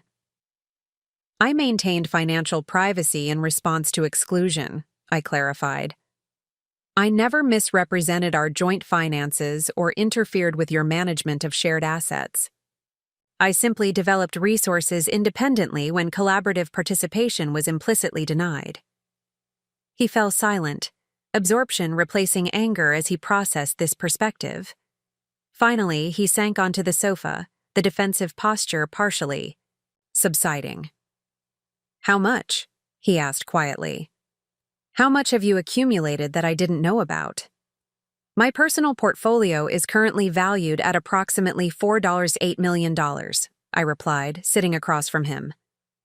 That includes this condominium, 3 income-producing properties, diversified market investments, and stakes in several local businesses. The color drained from Charles's face. $4.8 million, he repeated incredulously. While I've been stressed about having enough for retirement, you've been sitting on millions? I haven't been sitting on anything, Charles. I've been actively growing and managing these assets throughout our marriage, and I've been increasingly concerned about your retirement planning, which is partly why I purchased this condominium. It represents a more sustainable living arrangement as we age. He looked around the space with new awareness. You bought this for both of us? Not just yourself? It has 2 bedrooms and ample space for shared living, I confirmed. My hope was that once the initial shock subsided, you might recognize the practical benefits of this arrangement and join me here. Charles leaned forward, hands clasped between his knees. Vivian, I need to tell you something, and I need you to listen without interrupting. The unusual request and his grave tone alerted me that we had reached a critical juncture. I nodded, my assent. 2 weeks ago, I received a call from my investment manager, he began, voice uncharacteristically subdued. The technology fund where I placed a significant portion of my retirement savings has substantially underperformed projections. Additionally, the property development venture I invested in last year has filed for bankruptcy protection. This information wasn't entirely surprising. I had suspected for some time that Charles's investments weren't performing as he claimed, but the timing of his disclosure was unexpected. The combined effect of these situations is significant, he continued. My retirement portfolio has lost approximately 38% of its value in the past 18 months. I've been trying to determine how to tell you that we would need to sell the house and dramatically adjust our lifestyle expectations. The irony hung in the air between us, both of us separately preparing for the same financial reality, approaching it from entirely different positions of knowledge and capability. I see, I said carefully. That certainly adds context to our current situation. Charles's laugh held no humor. Context? Vivian, I've spent the past 2 weeks terrified about our financial future, only to discover that my wife has secretly accumulated enough wealth to resolve the entire situation without breaking a sweat. Do you have any idea how that feels? The question wasn't merely rhetorical. I could see genuine anguish beneath his wounded pride. For the first time, I allowed myself to fully consider the impact of my revelation from his perspective. Not just the financial implications, but the emotional and psychological dimensions. I imagine it feels disorienting, I acknowledged. Perhaps even humiliating, given the value you've placed on your provider role. That wasn't my intention, Charles. I never sought to undermine or embarrass you. I simply reached a point where continued financial separation seemed more damaging than truth. He was silent for a long moment, staring out at the harbor view without seeming to see it. When he spoke again, his voice had lost its defensive edge. All these years I thought I was taking care of you. Turns out, you never needed my care at all. The statement contained layers of realization beyond its simple wording, acknowledgement of his self-concept as provider, recognition of my capability, and the first hint of understanding how our marriage had operated on fundamentally misaligned assumptions. I've appreciated many aspects of your care, I said gently. Your consistent employment, your commitment to our family, your presence through difficult times. Financial provision was just one dimension of our partnership, and perhaps not the most important one.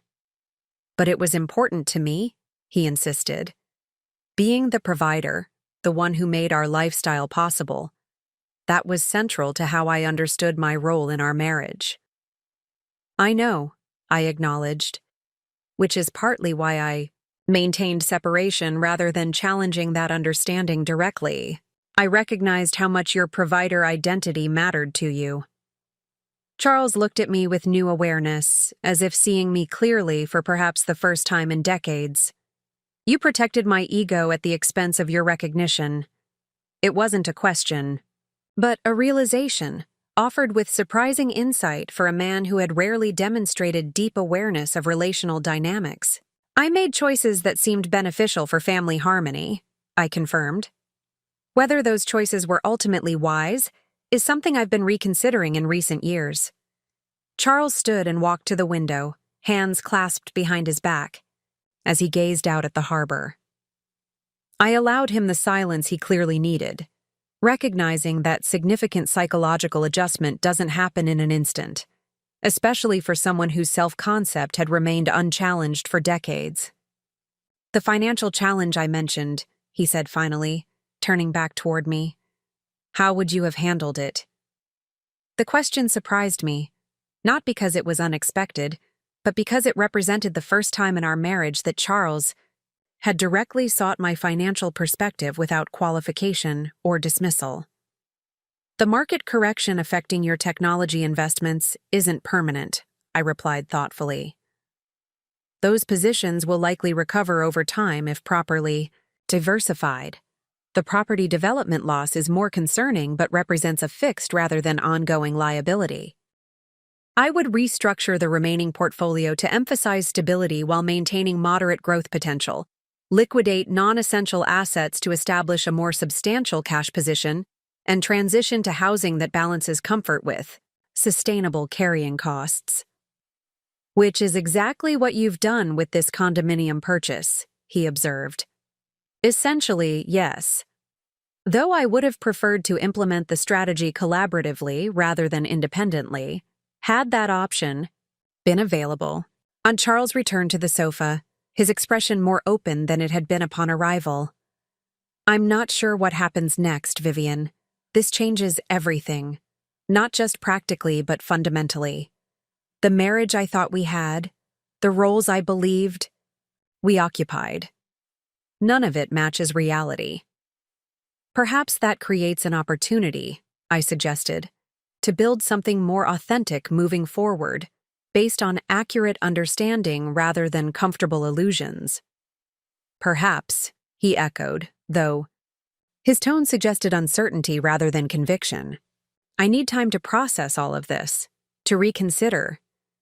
Everything, really." "Take whatever time you need," I said. "The second bedroom is furnished and available whenever you're ready. No pressure, no timeline." As Charles prepared to leave, he paused at the door with an expression I couldn't quite interpret, something between regret and revelation. "You know, Vivian, for 42 years, I thought I knew you completely. It's humbling to realize I missed so much of who you actually are."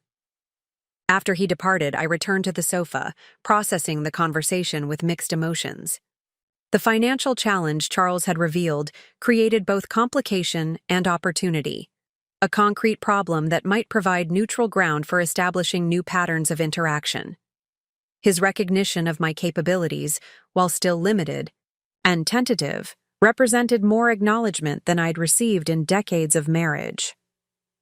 Whether this foundation could support meaningful change remained uncertain. People rarely transform core aspects of their self-concept without significant motivation and consistent effort. Charles's provider identity had been central to his understanding of himself for more than 4 decades. Adjustment would require fundamental recalibration. Yet as I watched the afternoon light play across the harbor waters, I felt something I hadn't anticipated. A quiet optimism not about saving our marriage in its previous form, but about the possibility of something new emerging from its transformation. Whether that meant a more balanced partnership or an amicable separation remained to be seen, but either outcome would represent progress from the asymmetrical arrangement we had maintained for far too long. The financial challenge Charles had disclosed wasn't insurmountable. With proper management, we could navigate it successfully regardless of where our personal relationship led. The more significant challenge and opportunity lay in navigating the emotional and psychological territory we had only begun to explore together. I opened my laptop and began drafting a comprehensive financial analysis of Charles's situation based on the limited information he had provided. This wasn't about assuming control or demonstrating superiority, but about offering my genuine capability in service of a shared concern. Whether he would accept such assistance remained his choice, but the offer itself represented a new pattern in our interaction, one based on authentic capability rather than prescribed roles. Sometimes, I reflected, the most challenging financial matters aren't about money at all, but about what money represents: power, security, identity, and the complex interplay of all three. Our situation had moved beyond simple dollars and cents into the deeper currencies of recognition, respect, and relationship. An intricate balance sheet where emotional assets and liabilities held greater significance than their financial counterparts. 1 week after my conversation with Charles, I had established a comfortable routine in my new home. Mornings began with coffee on the east balcony, watching the sun illuminate the harbor while planning my day. Afternoons often included meetings with Elaine Richardson to refine my financial strategies or consultations with an interior designer I'd hired to help personalize the space. Evenings brought quiet reflection or occasional visits from Amanda and my grandchildren, who had enthusiastically embraced the building's rooftop pool as promised. Charles and I maintained cautious communication via text messages and brief phone calls. He hadn't yet decided whether to join me at the condominium, but our interactions had shifted from confrontational to tentatively collaborative. I'd shared my analysis of his financial situation, which he had accepted with surprising openness, even asking follow-up questions about my recommendations. This Tuesday morning began like others until my phone rang just after 9. The caller ID displayed Linda Edwards, my younger sister who lived in Colorado and with whom I maintained a cordial but not particularly close relationship. We typically spoke on birthdays and holidays, rarely between. "Linda, what a nice surprise," I answered warmly. "Is it true?" she demanded without preamble. "Rebecca called me yesterday with some wild story about you secretly being worth millions and buying luxury property behind Charles's back. I told her she must have misunderstood something." I sighed inwardly, recognizing that family news traveled along predictable pathways. Rebecca, seeking external perspective on my revelation, would naturally turn to Linda, who had always represented the more traditional, conservative branch of our family. "It's not quite as dramatic as it sounds," I began carefully. "But yes, I've maintained separate finances throughout my marriage and recently purchased a condominium that Charles wasn't aware of until after the fact." "Vivian Edwards!" Linda's voice rose with disbelief. "Have you lost your mind? 42 years of marriage, and you're suddenly throwing it all away for, what, some kind of independence kick at 67? The familiar pattern of being misunderstood and judged by family members triggered an old discomfort. Linda, like many others, was reacting to the disruption of established narratives rather than considering the underlying realities. "I haven't thrown anything away, Linda," I replied evenly. "I've simply stopped concealing an aspect of my life that should have been acknowledged long ago. Charles has been invited to join me here, should he choose to. But separate finances all this time? Secret investments? That's not how marriage works, Viv. Marriage is about trust, transparency. Marriage is ideally about mutual respect and recognition as well," I interjected. Elements that were consistently absent from the financial dimension of my relationship with Charles. Linda made a dismissive noise. "Oh, please. Charles has always been a wonderful provider. Your beautiful home, your comfortable lifestyle, all made possible by his hard work and financial acumen." The characterization was so familiar, the same narrative I'd heard for decades from family, friends, and Charles himself. It had been repeated so often and with such certainty that challenging it had come to seem not just difficult but almost sacrilegious. "Our lifestyle was built through mutual contribution," I corrected gently. "Charles's income provided our base financial security, which I supplemented significantly through my own work and investments. The narrative you've accepted is incomplete." "According to whom? You've suddenly decided after 4 decades that you've been some financial genius all along and no one noticed? That seems convenient." The skepticism in her voice was expected but still stung. Linda and I had grown up in the same household with the same traditional expectations about gender, roles in marriage. She had embraced those expectations wholeheartedly, building her identity around supporting her husband's career and managing their home. My divergence from this shared foundation represented not just a different choice, but an implicit challenge to her own life structure. Not a genius, Linda. Simply competent and consistent. I made sound financial decisions with the resources I controlled independently, which over time accumulated significant value. The results speak for themselves, whatever you choose to believe about my capabilities. And what about Charles? Have you considered what this does to him? His pride, his position in the family? Rebecca says he's absolutely devastated. The question was valid, if one-dimensional. I had indeed considered Charles's emotional response, though perhaps not with the primacy Linda would have assigned it. Charles is adjusting to a more accurate understanding of our marriage and respective capabilities, I acknowledged. It's challenging for him, certainly, but also potentially valuable. We're communicating more authentically now than we have in years. Linda snorted skeptically. Authentic communication? Is that what you call dropping a financial bomb and walking out? The Charles I know must be furious, and rightfully so. The Charles you know is the public version he presents. To family and friends, I pointed out. The private reality is more complex. His initial anger has evolved into something more reflective as he processes the implications. He's facing his own financial challenges that my resources may help address. So that's it. You're bailing. Him out? Playing financial savior after humiliating him in front of the entire family? How generous of you, Viv. The sarcasm in her tone activated a familiar defensive response that I had to consciously temper. Linda's perspective was limited by her own experience and assumptions. Engaging in argument would only entrench her position rather than expand her understanding. I'm offering partnership based on mutual capability, I clarified. Not rescue or control. Charles will make his own decisions about how to proceed, both financially and in our marriage. Linda sighed heavily, her tone shifting from confrontational to concerned.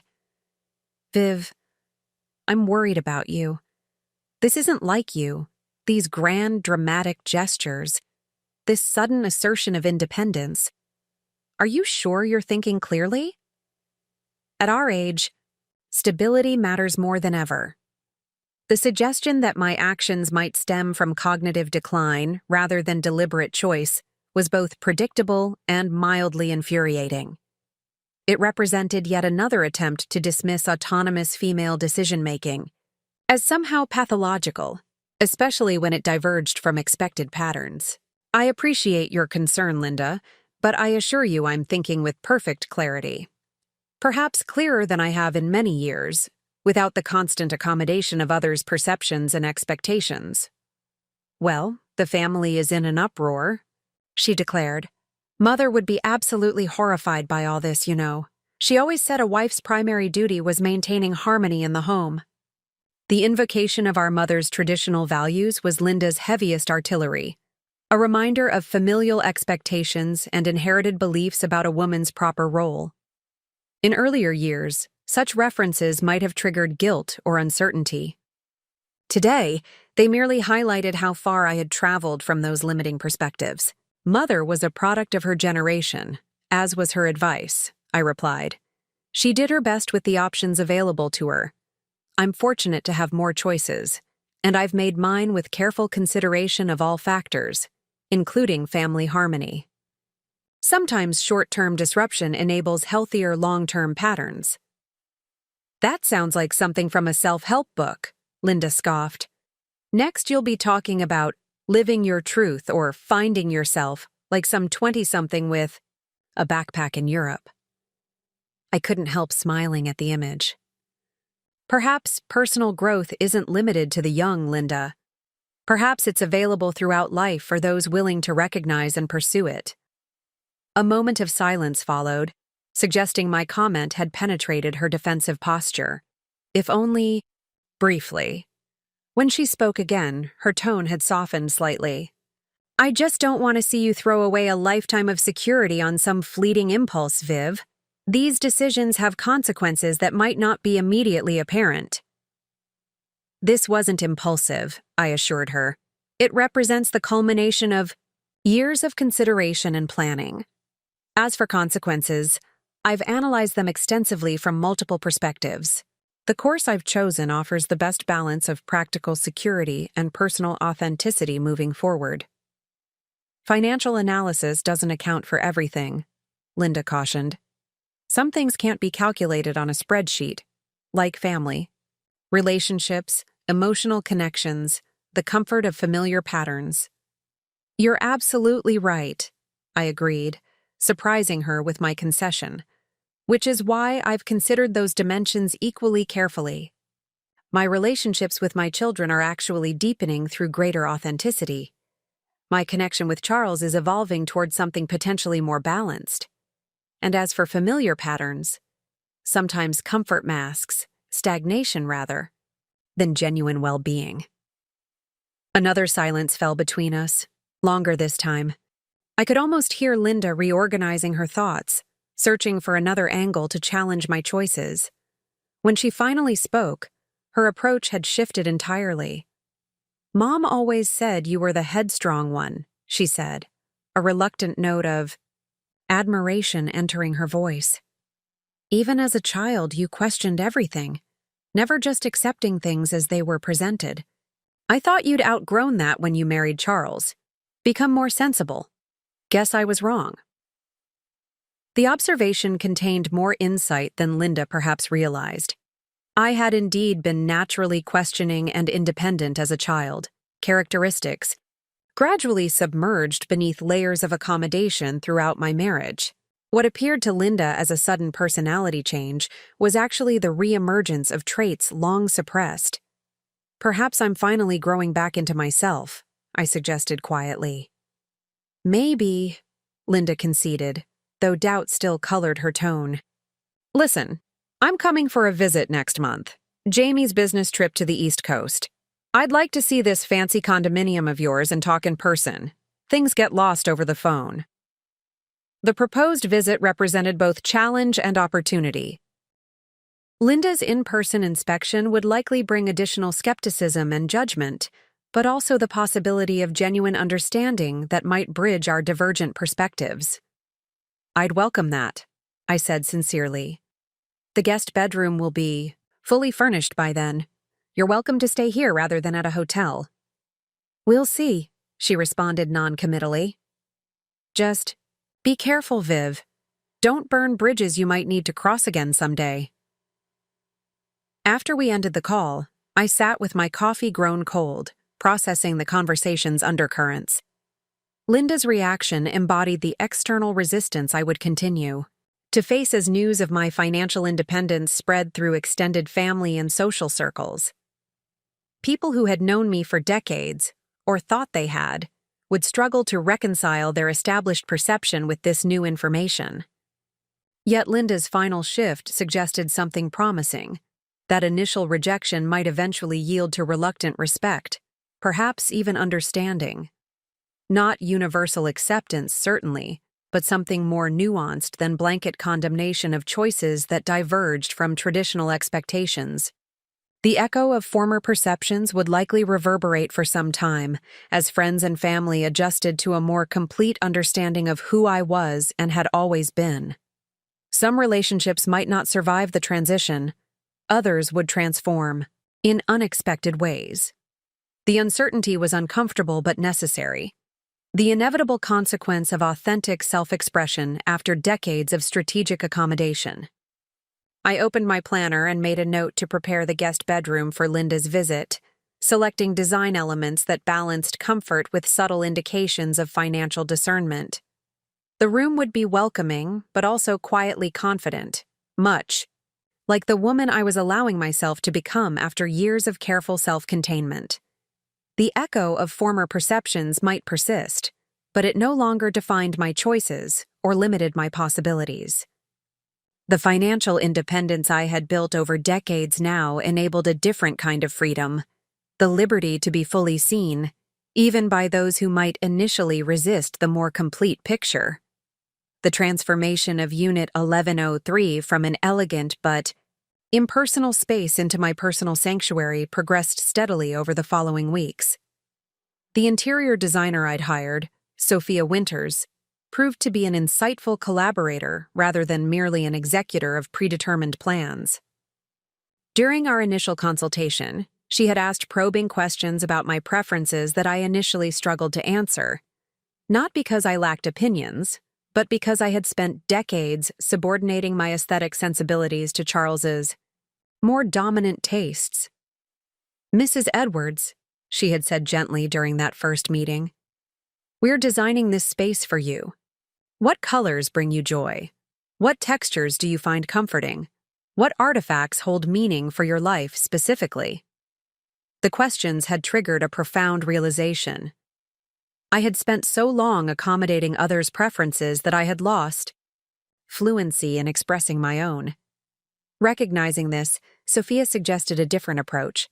Rather than presenting me with design options immediately, she recommended I spend 2 weeks engaging in aesthetic exploration, visiting museums, art galleries, and design showrooms, while noting what drew my attention and evoked positive emotional Responses. This seemingly simple exercise proved revelatory. I discovered a persistent attraction to colors I had rarely incorporated into our family home.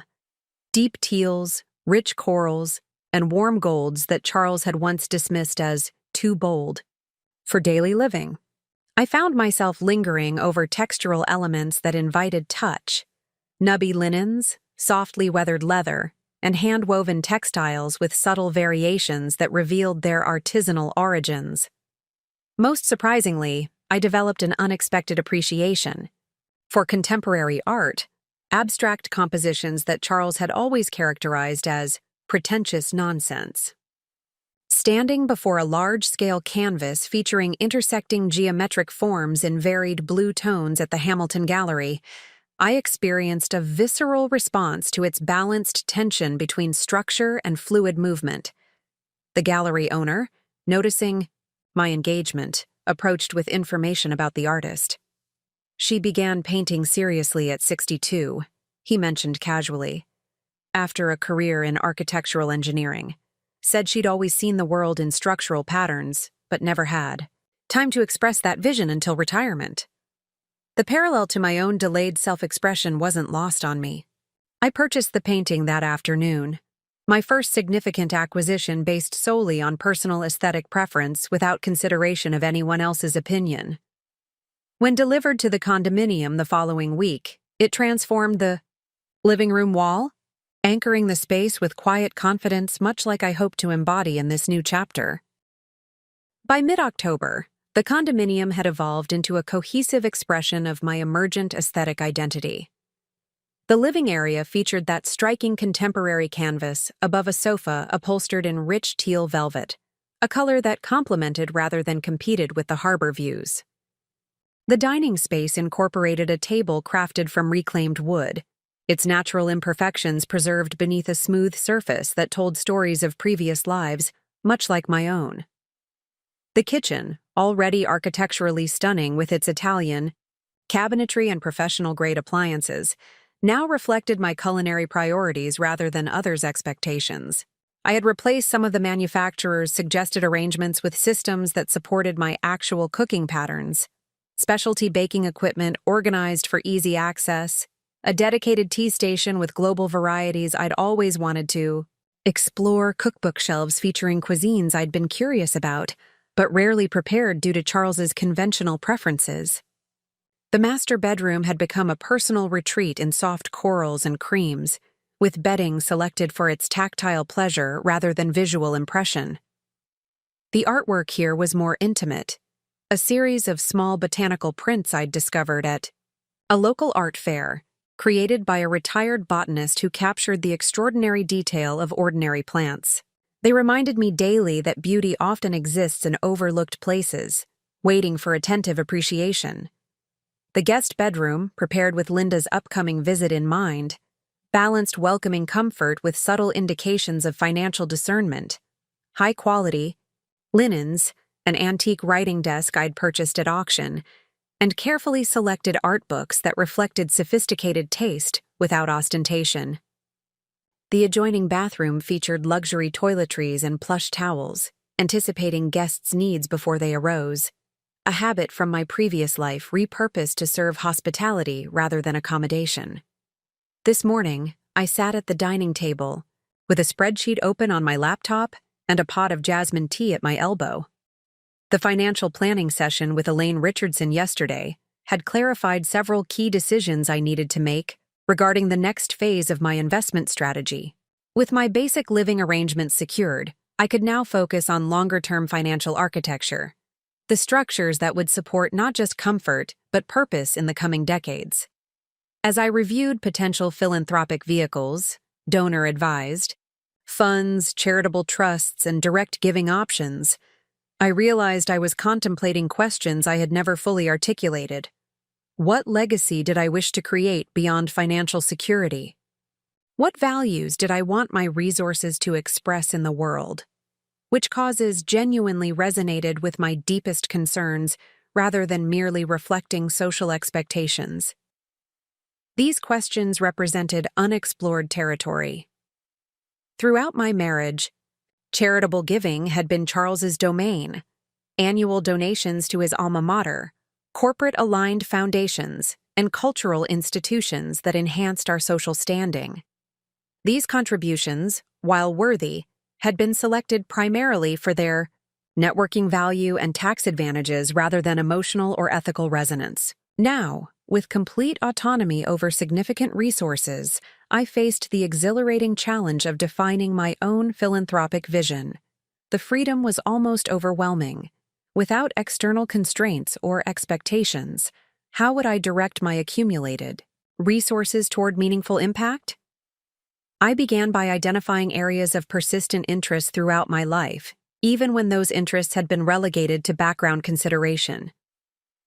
Educational access for women in financial fields emerged as a clear priority, a natural extension of my own journey and the obstacles I had navigated. Environmental conservation, particularly of local watersheds like the harbor I now overlooked daily, represented another area of genuine concern. Most surprisingly, I found myself drawn to supporting innovative approaches to elder care, systems that preserved dignity and autonomy for aging individuals rather than defaulting to traditional models of dependency.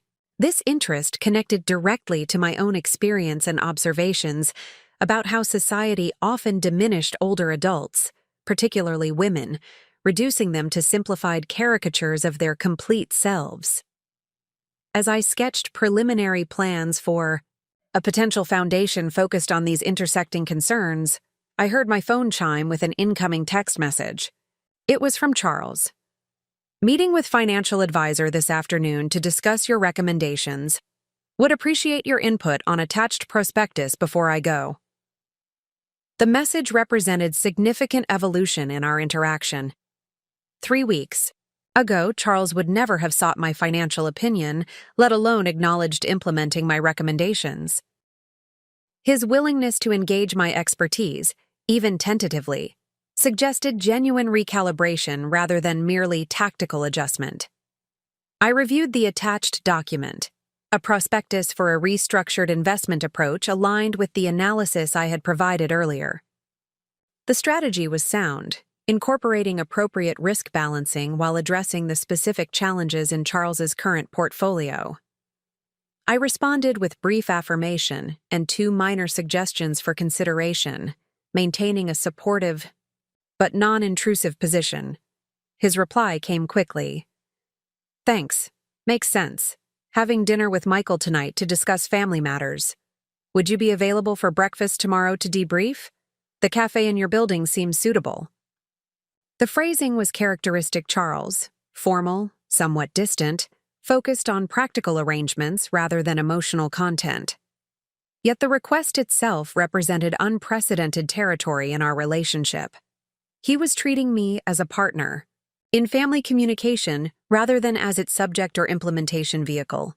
Moreover, he had suggested meeting in my building, a small but significant acknowledgement of my autonomous choice and establishment of independent space. Breakfast at Bayside Bistro at 9 Tactas would work well, I replied. They make excellent omelets. With that arrangement confirmed, I returned to my philanthropic planning with a sense of expanding possibility. The emerging vision wasn't limited to financial structures or investment vehicles, but encompassed relational dimensions as well. New patterns of interaction with family members based on authentic capability rather than prescribed roles, potential collaborations founded on mutual respect rather than hierarchical positioning. The harbor view had shifted with the advancing day, afternoon sun now illuminating the water with different intensity than the morning light. Similarly, my perspective on the future continued to evolve as I processed new information and possibilities. The vision emerging wasn't fixed or rigid, but dynamic and responsive, a living framework that could accommodate growth and refinement rather than a predetermined destination. My phone rang again. Amanda this time, calling rather than texting, which usually indicated something requiring immediate attention. "Mom, I hope I'm not interrupting anything important," she began when I answered. "I've been offered an unexpected opportunity and could use your perspective before making a decision." Of course, I replied, setting aside my planning documents.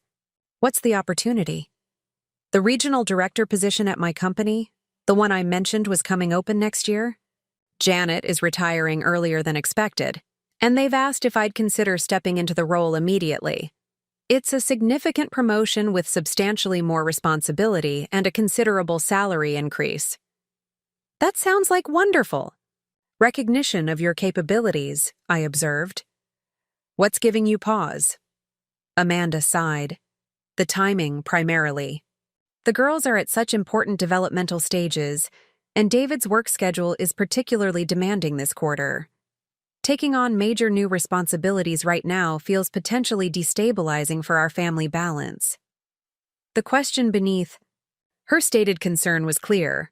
Could she successfully navigate expanded professional responsibility without compromising family well-being? It was the perpetual dilemma facing working mothers, the implied choice between career advancement and family stability. What support systems could you implement if you accepted the position? I asked, focusing on practical solutions rather than philosophical debates. That's actually why I called, Amanda admitted. The company offers a flexible work arrangement for executives that would allow one work-from-home day weekly. I could adjust my schedule to be present for key family activities. The increased income would allow us to arrange additional household support for routine matters. But I'm still concerned about the emotional bandwidth required, being truly present for the girls while managing greater professional demands. I considered her situation thoughtfully. Amanda, do you remember what you said to me the day after my revelation at dinner? About the quiet strength that builds something lasting, rather than demanding immediate recognition? I remember, she confirmed.